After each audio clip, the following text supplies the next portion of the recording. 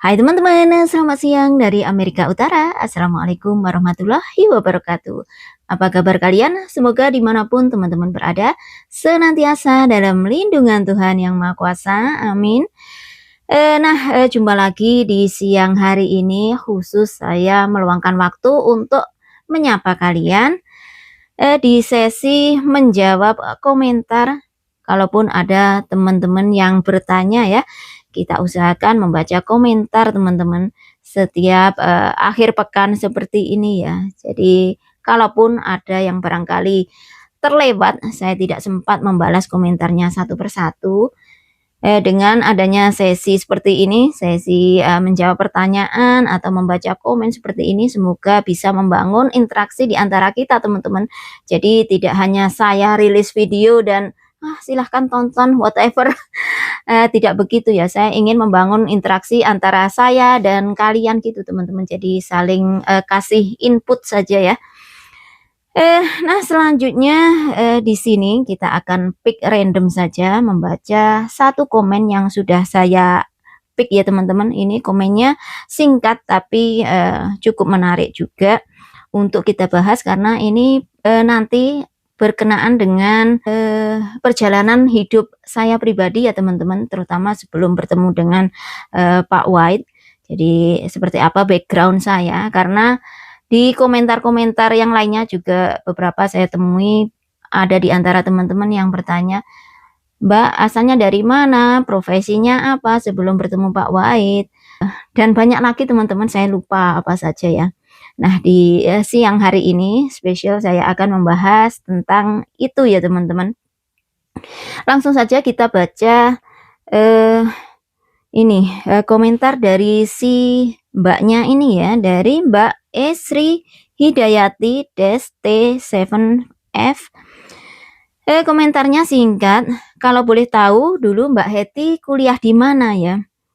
Nah, saya akan ceritakan masa kecil saya dulu ya teman-teman ya, dari kecil jadinya nanti Mbaknya ini atau teman-teman bisa menyimpulkan sendiri ya. Saya kecil lahir di Ponorogo, tepatnya di selatan, Ponorogo Selatan, Kecamatan Balong. Jadi kalau teman-teman barangkali mau ke Pacitan dari arah Madiun atau Ponorogo downtown ke arah selatan, nah itu melewati rumah kecil saya atau tanah kelahiran saya ya teman-teman. Silahkan mampir, monggo pinara. Masa kecil saya lahir dan dibesarkan di Ponorogo. Saya dekat banget dengan ibu saya waktu kecil ya, sampai sekira umur 3 tahun, 4 tahunan. Waktu itu ibu harus meninggalkan saya, menemani almarhum bapak untuk merintis apa ya teman-teman, istilahnya babat alas ya, karena waktu memiliki saya, orang tua saya ekonominya belum mapan teman-teman, belum stabil. Jadi mereka masih istilahnya merintis untuk perekonomian keluarga ya. Dan bapak di Sumatera membuka perkebunan kopi, makanya butuh pendamping untuk membantu beliau di sana ya waktu itu. Saya dititipkan ke nenek buyut, makanya masa kecil saya itu ya cukup akrab juga dengan nenek buyut karena ya seperti itu tadi teman-teman, saya dititipkan dengan nenek buyut. Masa kecil anak-anak kampung ya selain bermain, sekolah ya angon wedhus, menggembala kambing, ngarit, nyari rumput, nyari kayu bakar, itu udah kayak daily activities gitu loh teman-teman ya. Makanya kalau sekarang saya masih nyari kayu bakar, kadang teringat masa kecil saya. Saya pikir dari kecil sampai tuwir kok nyari kayu bakar saja. Profesi kok nggak berubah-ubah. Seperti itu ya teman-teman. Jadi mengingatkan masa kecil saya dulu. Singkat cerita, SD, SMP, menginjak SMP, ibu dan bapak mulai mapan ya perekonomiannya, memutuskan untuk menetap di Ponorogo, tepatnya di dekat rumah nenek, membangun rumah di Ponorogo dan menetap di sana untuk kebun kopi yang di Bengkulu diparukan gitu loh, pokoknya bagi hasil dengan orang yang mengurus gitu loh. Nah, begitu mendekati kelulusan SMP, tahun 98 itu terjadi krisis moneter teman-teman, kalau teman-teman ingat ya, waktu itu yang sudah seumuran saya. 98 krisis moneter, Pak Harto dilengsarkan, itu kan nyari pekerjaan ya lumayan susah, terus perekonomian Indonesia kan nggak karu-karuan ya teman-teman, kalau saya nggak salah ya. Karena saya sudah bisa mikir meskipun masih SMP waktu itu, saya mikirnya gini, gimana ya cari sekolah SMA saja yang nggak harus kuliah, tapi banyak peluang kerja. Saya mikirnya gitu teman-teman. Dan alhamdulillah adik-adiknya bapak itu kan perawat semua teman-teman di rumah sakit gitu. Terus saya disarankan, kamu coba aja daftar ke farmasi, ke Bina Farma di Madiun. Nah teman-teman yang di Madiun barangkali kalian gak asing dengan sekolah Bina Farma di Jalan Tulus Bakti kalau belum pindah sekarang teman-teman. Apa ke farmasi saja, saya bicara seperti itu dengan bapak berdiskusi. Ya terserah dok, terserah kamu bapak.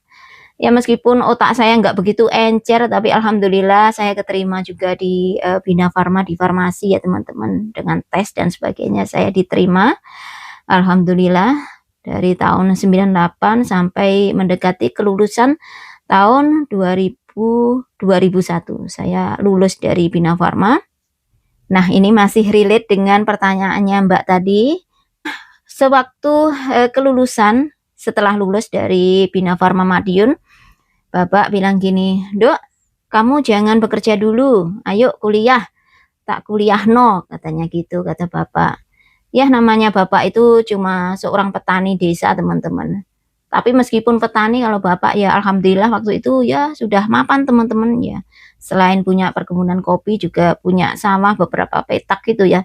Ya mapan-mapannya orang kampung. Kata bapak, ayo dok aku kuliahkan, jangan berhenti dulu, ayo semangat kuliah, kata bapak gitu. Mungkin harapan bapak itu jangan jadi petani seperti beliau, karena kalau di kampung saya dulu teman-teman, kalau petani itu cuman dipandang sebelah mata gitu loh. Kalau profesi petani itu beda, kalau kita jadi pegawai, jadi apa gitu ya, yang berpangkat kita kan dihormati, disegani gitu. Barangkali bapak harapannya begitu. Cuman waktu itu saya menolak teman-teman. Saya bilang, Pak, kalau mau kuliah biar adik saja yang kuliah, saya tak berhenti sampai sini gitu ya. Saya tuh mikirnya gini teman-teman, kalau nanti saya dikuliahkan dan orang tua menanggung biaya kuliah saya, dan itu sangat mahal ya bagi keluarga saya ya teman-teman ya. Kalau keluarga teman-teman berada ya barangkali nggak mahal, tapi bagi keluarga kita, karena saya dari kecil tahu seperti apa perjuangan orang tua saya, jadi saya mikirnya kalau saya terus dikuliahkan, terus biaya kuliah itu sangat mahal. Tentu kalau orang mengkuliahkan itu kan ada ekspektasinya biar anak sukses, biar anak dapat pekerjaan yang bagus, biar jadi orang gitu ya teman-teman. Nah yang saya takutkan itu saya nggak bisa memenuhi ekspektasinya bapak, almarhum bapak ya. Ya saya takut mengecewakan saja teman-teman. Misalnya setelah lulus kuliah terus saya menikah gitu, nggak sempat membalas budi orang tua, bagaimana, saya mikirnya kan begitu waktu itu. Jadi saya tolak, dan alhamdulillah meskipun hanya bermodalkan ijazah dari Bina Farma Farmasi, saya mendapatkan pekerjaan yang cukup bagus menurut saya ya teman-teman, ya di rumah sakit, ya kadang ya di apotek gitu ya. Alhamdulillah juga ya bisa menopang kebutuhan saya sendiri, dan sedikit bisa membantu adik saya juga, karena adik saya juga nyusul bersekolah di farmasi juga teman-teman. Nah 2004 saya menikah dengan mantan suami, 2005 ada Adel, dan itu juga mulai gonjang-ganjing keluarga kita ya teman-teman ya. Namanya ya saya sebenarnya nggak mau mengungkapkan ini, tapi ya saya ungkap sedikit saja. Waktu itu apa ya, secara finansial untuk nafkah itu seakan-akan hanya di pundak saya saja teman-teman. Kalau mantan suami itu ya kadang kerja, masuk kerja, udah masuk kerja nanti keluar lagi, kayak nggak betah kerja di satu satu instansi dalam waktu lama gitu loh teman-teman. Jadi ya saya yang harus, menanggung nafkah untuk keluarga. Dan kalau menafkahi anak saja nggak apa-apa teman-teman, tapi kalau menafkahi suami itu ya lain ceritanya. Makanya udah saya nggak bisa kalau terus-terusan seperti ini. Saya nggak balik lagi ke bos saya di farmasi yang di Bekasi Timur, tapi alih-alih saya memutuskan untuk, menjadi TKI ke luar negeri. Dan pilihan saya waktu itu adalah, ke Hong Kong teman-teman. Jadi Adele itu bayi 4 bulan, saya titipkan ke ibu, "Bu, tolong titip rawat Adele, saya akan mencari nafkah," saya bilang begitu. Dan ibu saya, ya berat juga melepaskan saya teman-teman, tapi, apa mau dikata kalau suami nggak mampu menafkahi, ya kita sebagai wanita harus, mampu menjadi sosok ayah juga untuk anak kita ya teman-teman. Eee, Orang tua saya juga sudah berkorban banyak untuk membantu saya saat rumah tangga saya seperti itu. Dan saya itu orangnya pekewoh gitu meskipun sama orang tua teman-teman. Kalau mereka sudah membantu secara fisikal, merawat Adele, masa untuk finansialnya saya juga harus menggantungkan kepada orang tua. Kan nggak boleh begitu juga teman-teman. Makanya selagi ibu saya masih sehat, waktu itu almarhum bapak juga masih sehat, saya minta tolong rawat Adele. Dan saya, nekat menjadi TKI teman-teman waktu itu. Nggak ada rasa gengsi atau gimana, karena ya demi uang teman-teman, kita harus nyari uang. Dengan pekerjaan saya di Indonesia seperti itu, saya nggak akan dapat gaji sebanyak yang saya terima di Hong Kong kalau saya bekerja menjadi TKI ya tentu saja. Makanya dengan, alasan tersebut saya terpaksa, angkat kaki lah istilahnya, angkat kaki bekerja di luar negeri. Setahun saya harus menunggu di PT, lama banget saya itu proses saya teman-teman, karena emang barangkali darah juga belum bersih-bersih amat habis melahirkan. Dan saya harus, medikal itu 4 kali baru saya fit, dinyatakan bisa, diterima di PT itu ya. Teman-teman yang, berpengalaman menjadi TKI tentu juga, tahu seperti apa ya kehidupan di PT dan, medical check up dan sebagainya. Setahun saya menunggu di PT, lama banget, proses saya itu teman-teman. Alhamdulillah saya berangkat juga dapat bos di Hong Kong. Dan alhamdulillahnya bos saya itu baik banget teman-teman. Di Hong Kong saya merawat 2 anak dengan kebutuhan khusus atau disability. Dan ya alhamdulillah, yang penting bosnya baik. Kalau untuk kerjaan nanti kita menyesuaikan saja, kalau kita betah kerjaan yang berat pun jadi ringan ya teman-teman. Setelah 7 sampai 8 bulan saya bekerja di Hong Kong, waktu itu potongan baru habis, baru mau finish, saya dapat telepon dari ini saya mendapat telepon dari, selingkuhan, eee mantan suami saya. Saya ditelepon langsung waktu itu teman-teman, "Mbak, suamimu sudah aku urus, tidak usah, mikirin suamimu lagi ya, sudah aku urus, nggak usah SMS, nggak usah telepon." Oh my god, kayak dunia saya runtuh. Saya perjuangkan seperti ini ya demi keluarga, biar kalaupun suami mau bekerja cukup untuk menafkahi adik, alhamdulillah. Nanti hasil kerja saya di luar negeri bisa saya gunakan untuk kita membangun rumah dan sebagainya. Itu niat awal saya, tapi, rupanya, beliaunya seperti itu. Saya sempat down beberapa minggu, tapi terus saya mikirnya gini teman-teman, saya tidak boleh menangisi orang yang tidak memperjuangkan saya, yang tidak mau berjuang dengan saya. Untuk apa? Air mata saya terlalu berharga untuk menangisi orang seperti itu. Makanya saya bangkit dan saya harus bekerja di sini lebih baik lagi, bisa membawa uang, bisa, membahagiakan anak saya dan, keluarga saya pikir gitu teman-teman, keluarga orang tua saya gitu. Kalaupun, suami tidak bisa setia dengan, saya yang di luar negeri bekerja, ya sudahlah, udah saya ikhlaskan gitu, waktu itu teman-teman. Jadi ya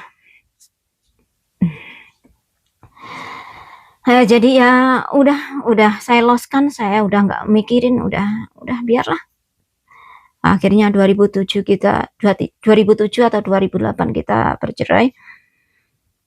Itu malah lebih, membuat saya lega ya. Jadi saya bisa fokus ke kerjaan, fokus untuk anak.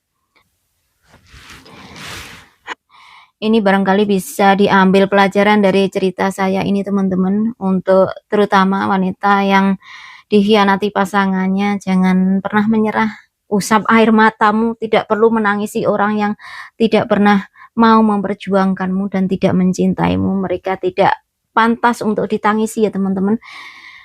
Lebih baik kita mikirkan anak, mikirkan orang tua kita yang sudah membantu kita, dan ya menjadi seseorang yang lebih baik lagi. Tidak usah, meskipun kita korbannya, meskipun kita victimnya, tidak usah terus-menerusan play victim, karena dipungkiri atau tidak, kita sendiri yang telah menciptakan situasi di mana kita berada ya.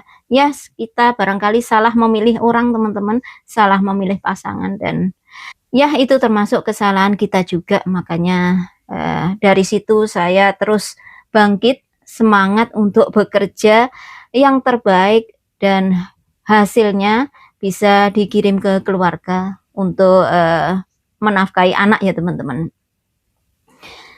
Tahun kedua, kontrak ketiga, saya hancur lebur. Ini bukan karena laki-laki atau apa, tapi karena yang dinamakan teman baik, katanya teman baik dari PT. Waktu itu saya mengambil keputusan yang salah untuk membantu dia teman-teman. Katanya ibunya sakit, saya meminjamkan data-data saya, paspor saya untuk meminjam bank. Setelah saya pinjamkan, dia kabur entah kemana. Nah, saya sendiri yang kelimpungan membayar hutang bank itu ya. Jadi ya, gaji saya yang tak seberapa untuk membayar bank, dari satu bank ke bank nomor 2, dari bank nomor 2 ke bank nomor 3. Jadi totalnya ada 3 bank pinjaman saya waktu itu teman-teman. Karena apa? Selain saya membayar pinjaman teman saya, juga saya harus mengirimkan uang ke anak saya ya, karena ada waktu itu ya sakit-sakitan, terus saya harus cek rutin ke dokter setiap 2 minggu sekali, dan itu butuh biaya yang banyak. Makanya ya kayak stres, kayak mumet teman-teman waktu itu. Nah, dari poin ini kita juga bisa mengambil pelajarannya. Jadi jangan sampai mengambil keputusan yang salah seperti apa yang saya lakukan. Niat tulus membantu seseorang itu bagus teman-teman. Niat tulus membantu orang lain itu bagus. Tapi jangan juga memaksakan sampai menyengsarakan kita sendiri. Contohnya apa yang saya lakukan ya. Saya ingin membantu dengan meminjamkan uang di bank, tapi ya nyatanya akhirnya saya sendiri yang kesusahan. Jangan sampai seperti itu ya teman-teman. Bergulirnya waktu 2010, saya sudah jelaskan juga, saya ceritakan di perjalanan cinta dua benua bagaimana saya ketemu Pak Wahid. 2011 kita akrab, 2012 kita lebih akrab dan ada hubungan. Itu saya mulai terbuka dengan beliau ya teman-teman, mengenai masalah saya yang saya hadapi di Hong Kong, yaitu saya terlilit utang bank 3 bank dan saya nggak mampu membayarnya. Bagaimana? Sebenarnya saya itu tidak mengemis belas kasihan beliau teman-teman. Saya itu orangnya apa ya, meskipun dalam keadaan saya itu terpuruk, saya itu gengsi kalau minta bantuan teman-teman. Itu itu prinsip saya itu so prideful, bisa dibilang seperti itu ya. Waktu itu Pak Wahid sudah menawarkan, "Tak bantu, tak tutup semua bankmu dan kamu pulang ke Indonesia." Enggak, saya masih bisa membayar sendiri, saya masih bisa melunasi sendiri, udah nggak usah. Saya bilang begitu. Sampai di sini saya stop dulu teman-teman. Saya mau memberi pesan ke mbak-mbak yang terkena scammer atau gimana ya. Itu kalau scammer biasanya kan menawarkan uang, "Aku kirimin kamu uang sebesar ini." Itu kalau orang real bule nggak seperti itu teman-teman. Jadi kalian waspada saja kalau ada kenalan ngakunya bule, fotonya bule, dan menawarkan uang, baru kenal sebulan sudah menawarkan uang, "Ada uang segini aku kirim ke kamu." Itu fix scammer teman-teman, karena kalau bule asli tidak seperti itu ya. Seperti Pak Wahid itu kan butuh tahap-tahap teman-teman, nggak cuman kenal saya sebulan terus dia mau ngirimkan duit untuk membantu saya, itu enggak. Jadi kenal tahunan baru beliau tahu situasi saya, situasi kesulitan saya yang saya hadapi di Hong Kong itu baru beliau menawarkan bantuan. Itu pun masih saya tolak ya teman-teman. Ya itu tadi loh, saya itu gengsi dibantu orang. Tapi Pak Wahid meyakinkan, udah kalau kamu benar-benar mencintai saya, tolong terima bantuan saya, Pak Wahid bilang gitu. Makanya ya sudah. Terus saya rinci berapa utang-utang di bank, 3 bank sama Pak Wahid dilunasi langsung teman-teman. 2012 itu dilunasi langsung sama Pak Wahid. Setelah lunas 2012 itu adalah tahun terakhir kontrak ketiga saya di Hong Kong teman-teman. Pak Wahid sudah melunasi hutang-hutang saya di bank dan beliau bilang, hutang kamu sudah lunas di bank, jadi aku mau kamu hanya menyelesaikan kontrak ini dan pulang ke Indonesia. Kalau kamu terus-terusan seperti itu di Hong Kong tidak akan sukses, tapi malah jadi gelandangan. Seperti itu Pak Wahid bilangnya ke saya. Jadi ya saya menghormati beliau, saya ya udahlah, beliau sudah menolong saya banyak. Jadi ya saya ngikutin saran beliau, saya pulang saja di kontrak ketiga teman-teman. Alhamdulillah saya bisa berkumpul dengan Adel, berkumpul dengan ibu, bapak, keluarga di Indonesia ya. Waktu itu saya berniat mau nyari pekerjaan lagi, ya masih ngeyel. Saya ini emang orangnya nggak bisa diem ya teman-teman. 2012 waktu baru pulang dari Hong Kong, saya berusaha melamar pekerjaan lagi di sebuah farmasi. Dan tapi waktu itu barangkali regulasinya sudah beda ya. Saya diharuskan untuk menempuh pendidikan lanjutan yaitu minimal D3. Dan saya pikir kok berat juga ya. Harus sekolah lagi, saya bilang gitu. Saya diskusikan sama Pak Wahid. Pak Wahid bilang udah nggak usah sekolah lagi. Kalau mau sekolah atau kuliah nanti saja di Amerika Serikat. Kita kan rencana mau nikah dan kamu rencananya akan aku boyong ke Amerika Serikat. Kalau mau kuliah atau melanjutkan sekolah di Amerika Serikat saja dan nanti bekerja di sana. Begitu Pak Wahid bilang. Makanya waktu itu ya saya cuman nganggur teman-teman setelah pulang dari Hong Kong. Dan Pak Wahid juga bertanggung jawab, meskipun sebelum menikah beliau rutin setiap 2 minggu sekali selalu mengirimkan nafkah ke kita ya. Jadi alhamdulillah berkecukupan teman-teman, meskipun saya nggak bekerja ya, karena Pak Wahid maunya saya nggak usah bekerja, fokus aja ngurus Adel. Fokus ngurus Adel, persiapkan Adel untuk dipindah ke Amerika juga, begitu. Jadi ya seperti itu teman-teman. Nah untuk pernikahan dan kepindahan dari Indonesia ke Amerika, saya sempat jelaskan juga di perjalanan cinta antar benua.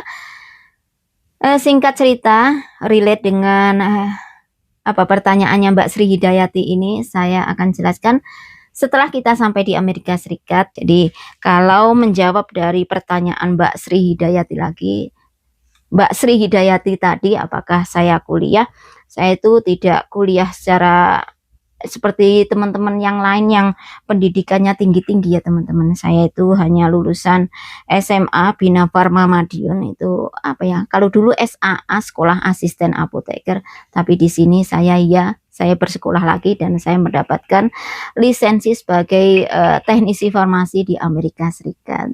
Saya juga sudah mencoba bekerja di farmasi sini beberapa tahun yang lalu, hanya part time saja teman-teman. Dan karena kerjaan rumah bodar, makanya Pak Wahid nggak usah kerja. Anak-anak masih kecil nggak usah kerja, udah di rumah saja, urus anak-anak sama berkebun, itu saja sudah cukup. Yang penting kalau saya pulang kerja, rumah sudah bersih-bersih, anak-anak juga terurus, dan makanan ada, itu udah cukup, kata Pak Wahid gitu. Makanya setelah itu saya nggak bekerja lagi, nggak bekerja di luar lagi, ya kerjanya ya seputar housewife, ibu rumah tangga saja teman-teman. Jadi ya seperti itu. Semoga apa yang saya jelaskan, ceritakan ini bisa menjawab pertanyaan Mbak Sri Hidayati dan juga teman-teman yang kadangkala saya temui komentarnya, Mbak profesinya apa, sebelum dengan Pak Wahid kerjaannya apa gitu ya. Semoga bisa menjawab ya teman-teman. Ya kalian simpulkan sendiri. Saya ini bukannya orang yang educated, bukannya orang yang berpendidikan tinggi. Ya, normalnya orang biasa saja teman-teman, nggak punya apa, title atau apa, titel atau apa itu ya.